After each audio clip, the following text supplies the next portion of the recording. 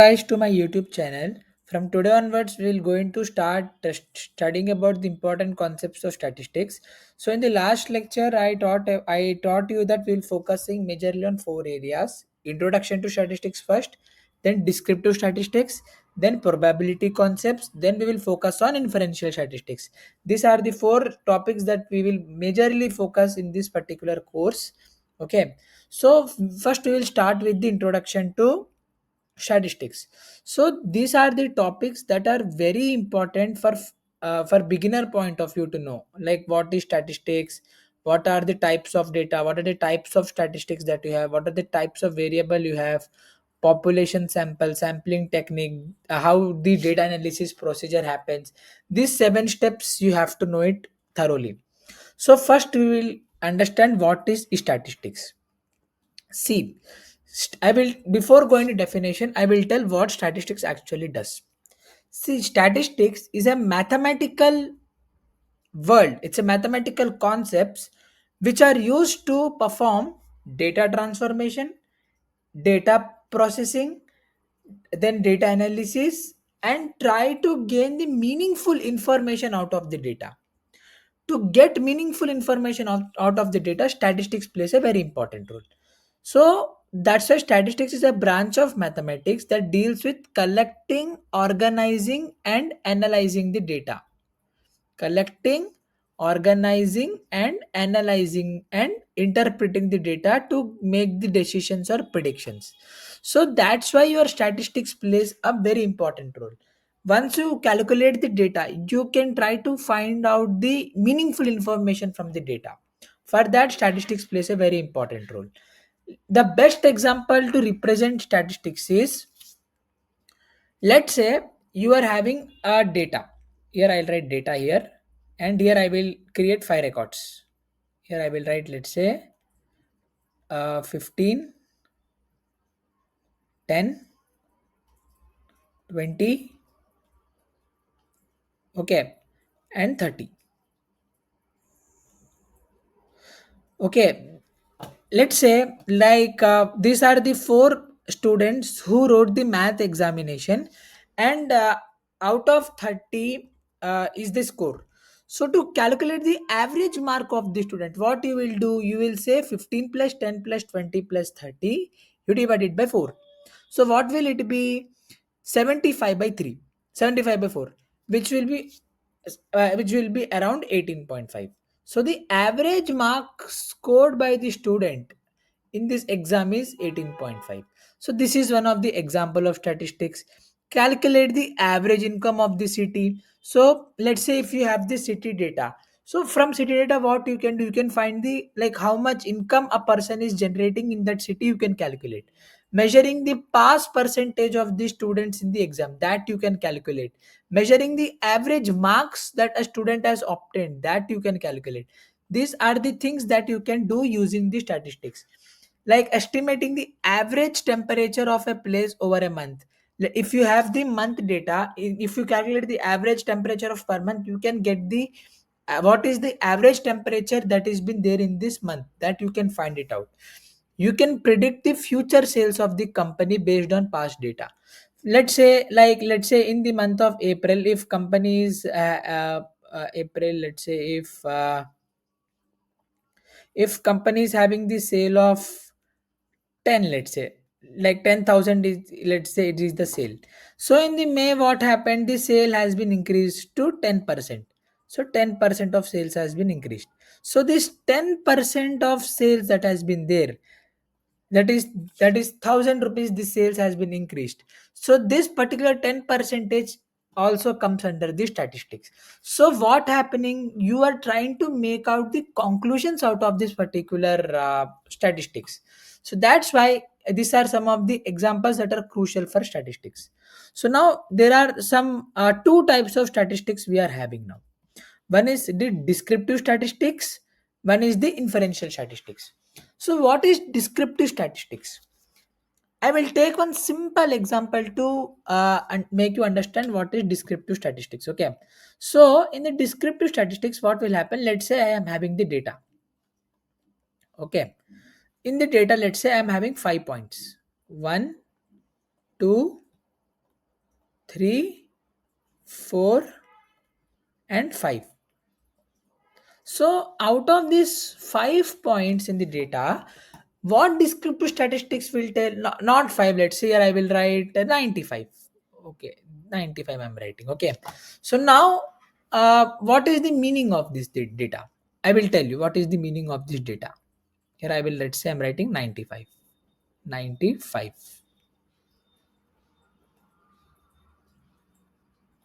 Okay, so what is this 95 data? If you now check this from this data, what you are able to understand, this point is an extreme point which can cause damage to the data. Okay, so to understand about the particular row, understanding about the particular data, and from that you are trying to check the information of the data. Like in this data, 95 is the point which is extreme value, which might create problems to our data. So here you are using the concept of outlier, like this point is not even in the range. So that is why your descriptive statistics is the mathematical branch of statistics which is used to find the information, but you cannot make the conclusions. You can analyze the information, you can transform the data using the descriptive statistics. So I will so these are some of the descriptive statistics measures that we'll going to study. Mean, median, mode we'll going to study, standard deviation, variance, and we'll going to study about the frequency distribution, charts and graphs, that we'll going to study. So what is the main goal here? To simplify large data into understandable summaries. Like from these five data, how you are able to getting the average value, how you understood this 95 is having the highest value, it might create the damage to data. So from this data, what informations you are trying to gather, that you can find using the descriptive statistics. Okay, use it to describe the data, what data shows but doesn't make predictions. This is one of the very important things that you should know. Now the second branch of statistics comes is inferential statistics. So in the inferential statistics, what will happen? It is used to make the predictions out of the data. So what are the predictions? Based upon the sample, you will do the predictions. Now what is population? What is sample? First you should know this particular concept of population and sample. So here I will go to my open board, and here I will go to my documents, and here I will open my exam this document where I will try to explain what is population and sample. Now let's say what is population, what is sample. Population means the entire data, the full amount of data. Let's say you are having 1 lakh, let's say all people in country. Here let's say I'm having the all people in the country. This is the example. Here when I say about population means entire data. Population means whole complete data. Okay, like here you can take one example like here you can take one example like here you can take one example like all people of India. All people of India, first example. Second example, you can take that all all cricketers of world, all cricketers of India, let's say. So these are nothing but the entire whole data.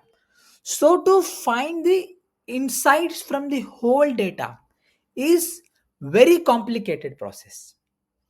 So that's why instead of population, we will be taking samples out of the data. Now, what is a sample now? In this whole data, you are selecting some of the points. Let's say here you are selecting this particular point here.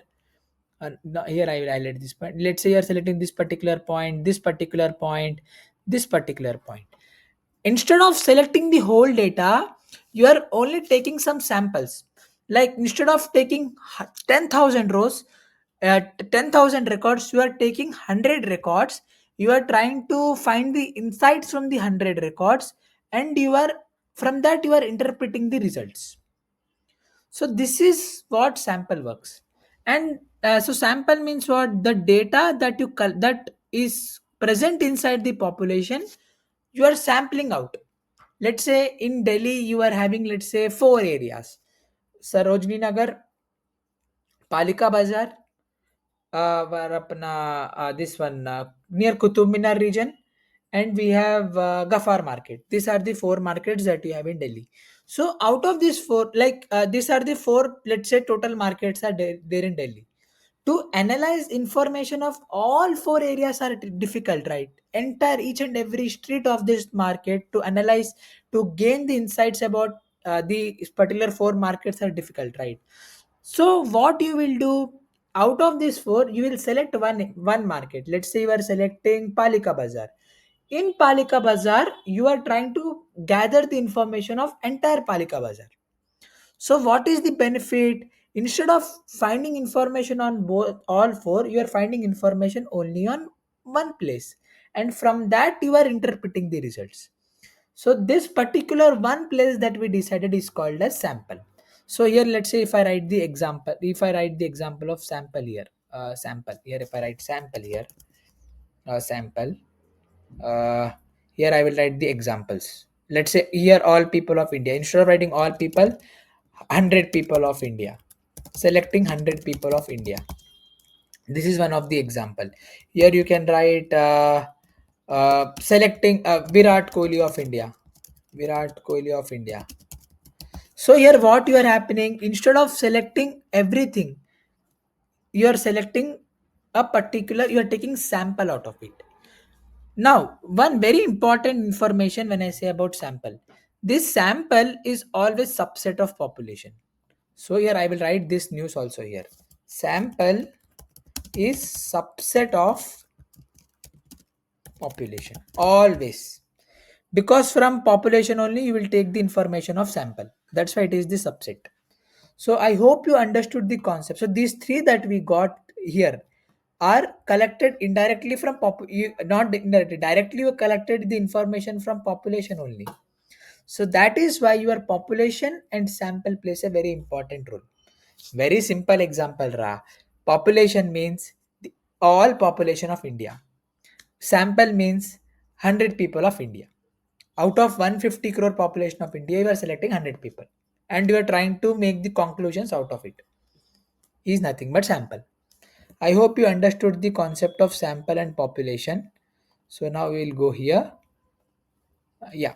So now so in this based upon population and sample, you will try to make the conclusions. It also involves the probability concepts. As I already told, we will have to study the probability concepts also. Some examples: predicting election results from small group of voters. See, I will tell you this example. Let's say you are having let's say you are having six areas. Okay, let's say you are in Delhi, you are in having six areas. Let's say this is one area, this is one area, this is one area, this is one area. To take survey or to do promotions of election in all these four areas, inside all these four areas, all four districts, is a difficult task. So instead what you will do, you will only do promotion in groups. Either you do in first group and on fourth group. So this is what the example of inferential statistics. Out of like what you will do, let's say you conduct election in these four areas, and out of these four areas of election, instead of finding the results from all four areas, you can directly predict it from the two areas. So this is what inferential statistics always does. So instead of focusing on large data, you divide it into samples and you analyze based upon the samples. Similarly, estimating the average height of students in a university from few classes. So what does this mean? Let's say you are having this particular data. Here, let's say first class students you are having second class students you are having. So obviously, to calculate the average height of all the students, first class and second class, is difficult. So what we will do, we will take this second class example, and we will find the height of each and every student in second class, and from that we will try to make the prediction that okay, from in my school the average height of the students is 160 centimeter. We can, so instead of entire thing we are doing in small samples. So this is what the examples of inferential statistics. So in the next lecture, we will be studying on the concept of data. What are the types of data, types of variables we'll study in the next lecture. So please do share, like and subscribe guys. So thank you guys.